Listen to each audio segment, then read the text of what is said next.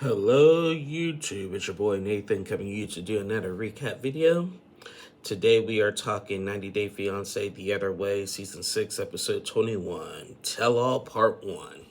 So yeah, we're just gonna get on into it. Yeah. So as I said last week, this is the first 90 Day Fiancé The Other Way Tell All where we have a lot of couples in studio. Only Inky and Lily were not able to make it. They were supposed to, but their relationships are. So how's it start out? Corona arrives to the studio first, and she's not thrilled about it.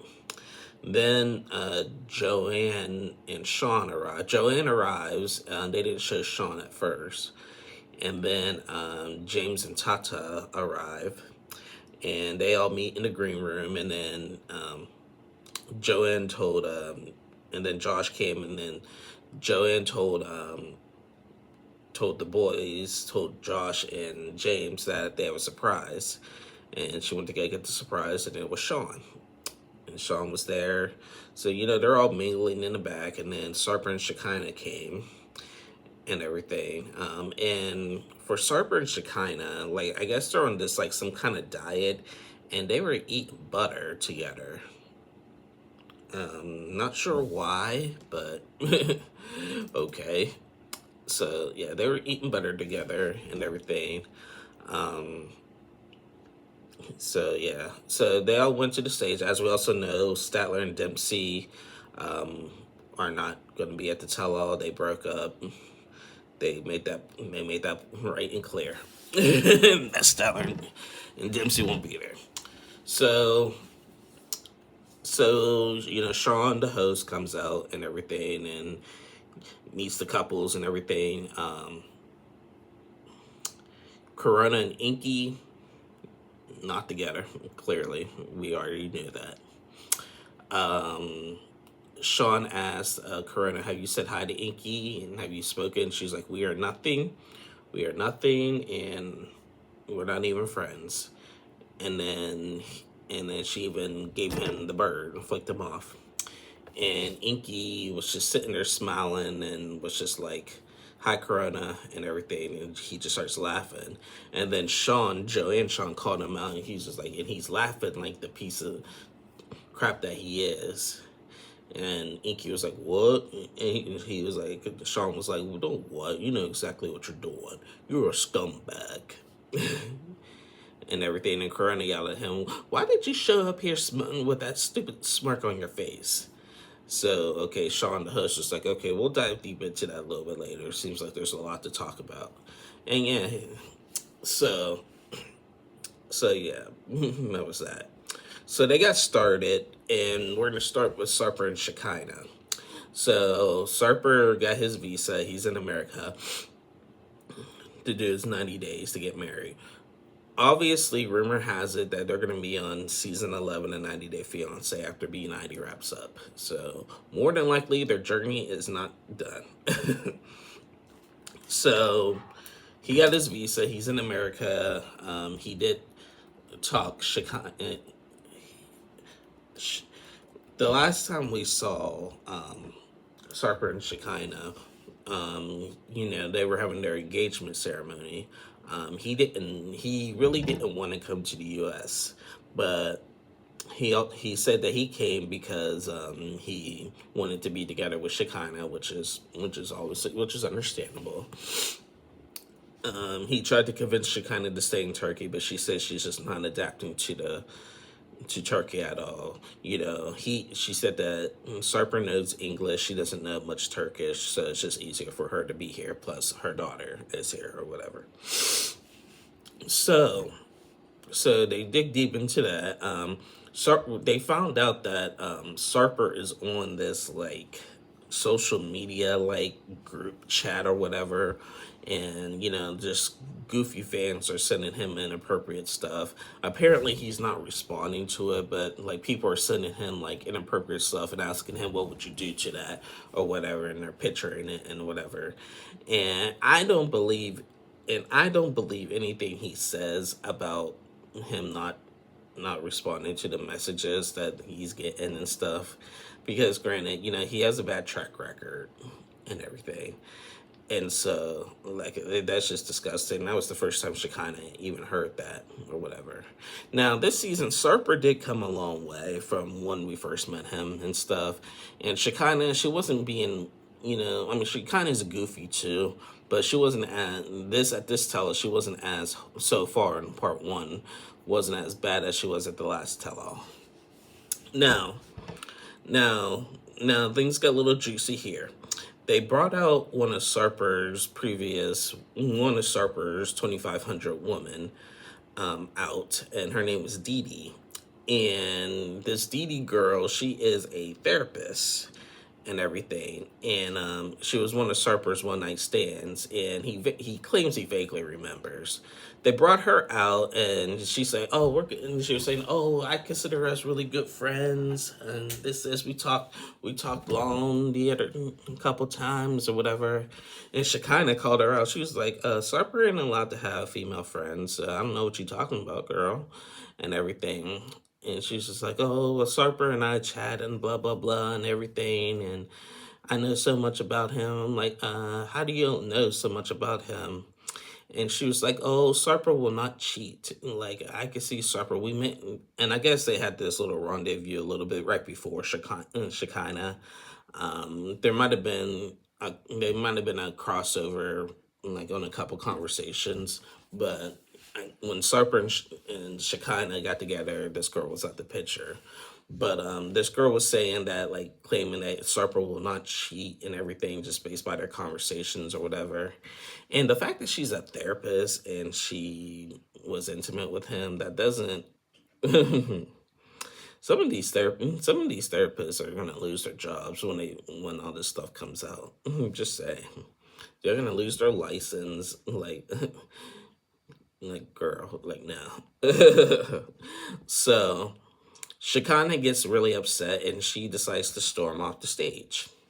And they finish the conversation with her and everything. And then this Dee Dee girl, she pulls out her phone, and Sarper was claiming, "Oh, we only texted a couple times," and Dee Dee shows the receipts.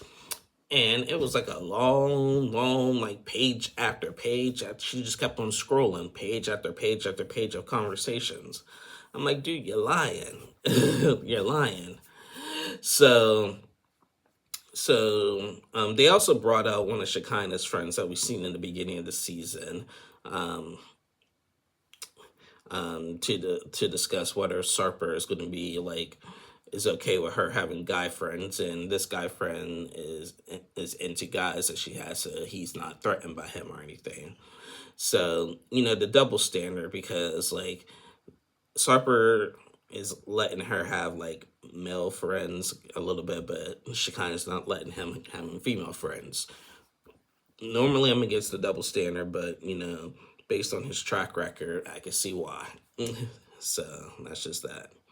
So Shekinah goes back off stage, and, she's upset because, I'm tired of all his past, like, haunting us and everything. And he's still out there. He didn't come and follow me or whatever and everything. So their segment ends and the cast takes a break. Corona and Tata went to go check on Shekinah and everything, and make sure she was okay. And then after they were done talking, Corona was like, "Sarper, are you gonna go talk to your woman? I'm not telling you what to do, but I recommend it." So he does, and they talk about it, and so it didn't go well. She was really upset and everything, and Sarper's just being nonchalant like it's nothing and everything. I can't stand when he does that. So it's just whatever. But they talked about it. They decided to go back to the stage, and that's just that. So I'm done with them for right now. I spent a little too much time on them. So that was Sarper and Shekinah. Next couple I'm going to talk is Josh and Lily. So they go over to Josh and Lily. Lily's still in China. Josh came back to visit family or whatever. After their wedding, things have not gotten any better. They claim that there's some good days, but more bad days. They're just not they're just not a good couple right now. Sean asked Josh and Lily on a scale of 1 to 10, what is your relationship status like? Josh said they're at a 6. Lily said they're at a 3. And the main problem is that they have not been intimate. Apparently, ever since they got married overall, they've only been intimate a total of 4 to 5 times. And that's crazy to me because that's your wife. And, Corona was like, you know what? I'm a little surprised by that because Lily is really beautiful. So, like, how are you not, like, being intimate with her? And he gave a Gina response. He was like, well, we argue a lot, so that just defeats my desires or whatever and everything. And, Sarper actually said something that I actually agree with. He's like, I think the part of this reason why y'all not doing it are not like doing well because you're not intimate. Maybe if you were intimate a little bit more and tried a little harder that way, maybe some of your problems would go away or whatever and everything. And Corona's like, this is like the first time actually I agree. You probably need to be a little bit more intimate with her and everything. But they're still like, it's still playing the blame game. Like Lily feels like they feel like it's one sided. One is more in love than the other. Um, they're starting to think that Lily doesn't really love Josh, and or is in love with Josh. They think that she loves him, but not in love with him anymore. And she said that I love my husband, but basically he has to do this, and that, and everything. We really didn't get nowhere with the conversation because all they talked about was their intimacy or whatever. Now, next week on part 2, they'll dive a little bit more deeper into what happened, what's going on, and I guess next week they'll bring out Vivian, Lily's daughter, and everything. But they're just at a stalemate in their marriage actually right now. So I really don't know like where they'll go from here or whatever. So it is what it is. So yeah, that was Josh and Lily. Now we go to James and Tata. Oh my God. So Tata is in the studio. So she did decide to come back to America. She said that she's been back in America for 4 months. She said that the only reason why she came back is that she wants to be with James, and she told James that if you don't start a visa for my sister, I'm not coming back. So what James does, he starts a visa process for her. Dumb. That was really dumb. That was manipulative, and I just don't like it. Because, now James and Tata, they're doing better than Josh and Lily. But the thing is like, I see why James came back to America just so he could restart, get more money or whatever and everything. But, his end goal, and he does not want to be judged by like not being able to provide for his family. Like, cause Josh is feeling demasculated because he can't provide for Lily just based on the fact how he lives in China. He has to be there for a few years before he gets a job. James, on the other hand, is doing everything he can to not be judged that he can't take care of his family and stuff. So they talked about like not having kids and stuff and everything. And like, Sean called, like said, buddy, your promises don't add up in your story because like you wanted kids at first and then you don't want kids and everything. And they asked Tata, like, will you still be with him if he even doesn't want kids? And she's like, yeah, he's still my husband. I'll be with him, but I still want to be a mom, basically. So after that, they bring out Tata's sister, Angel, who, remember, this is Angel who started the rumor that James doesn't treat women right, and they cut off for a couple years and everything, and just came back and apologized, and then just starting crap again. They asked her, so they brought her out, and like they asked her, like, do you care to know James? And she was like, no. And is there anything, do you want to know about James? And she was like, nothing. And so like, and everybody was like, well, this is your sister's husband. Like, like you should get to know him and stuff. He was like, well, what he didn't do was, as when they got married or proposed or whatever, he didn't ask my permission to marry her or whatever. And I guess in their culture, in the Indonesian culture, you had to ask like everybody. I didn't know you had to ask like the sisters or whatever. I thought it was just the parents, but I, part of me, you know what? I'm sorry, but part of me thinks she's lying because if James is Tata's parents accepted James and accepted it all that, then what's the point? I'm not trying to like even like in my relationship. I'm not trying to impress my girlfriend's siblings. I mean, I want them to like me, but it's more about the parents. Like if I want to propose, I'm going to the parents. I'm not going to the siblings. That's just how it is, you know. But so I'm part of me just thinks if I'm wrong, y'all can tell me. But I just think Angel's lying just to be manipulative, you know.